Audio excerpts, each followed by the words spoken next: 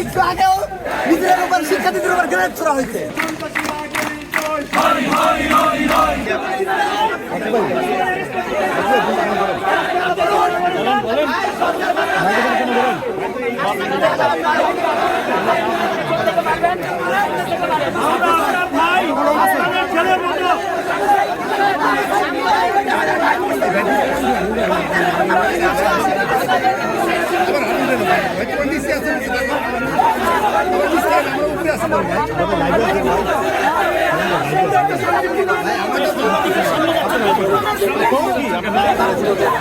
ভাই রিপোর্টারের সামনে যাচ্ছেন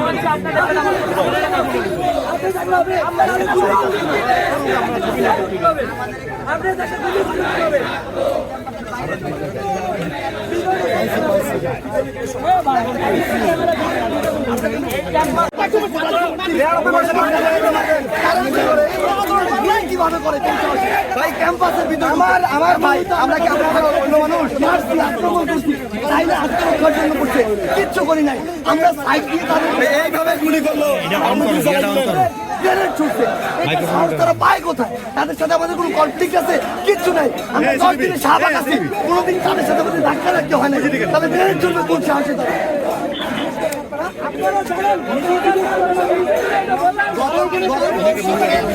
গত পরশুদিন ছাত্রলীগের সন্ত্রাসীরা ঢাকা মেডিকেলে ঢুকে এক্স-রে রুমে, সিটি স্ক্যান রুমে মাথা ফেটে গেছে, রক্ত বেরোচ্ছে, ওই রোগীর উপরে হামলা চালাইছে।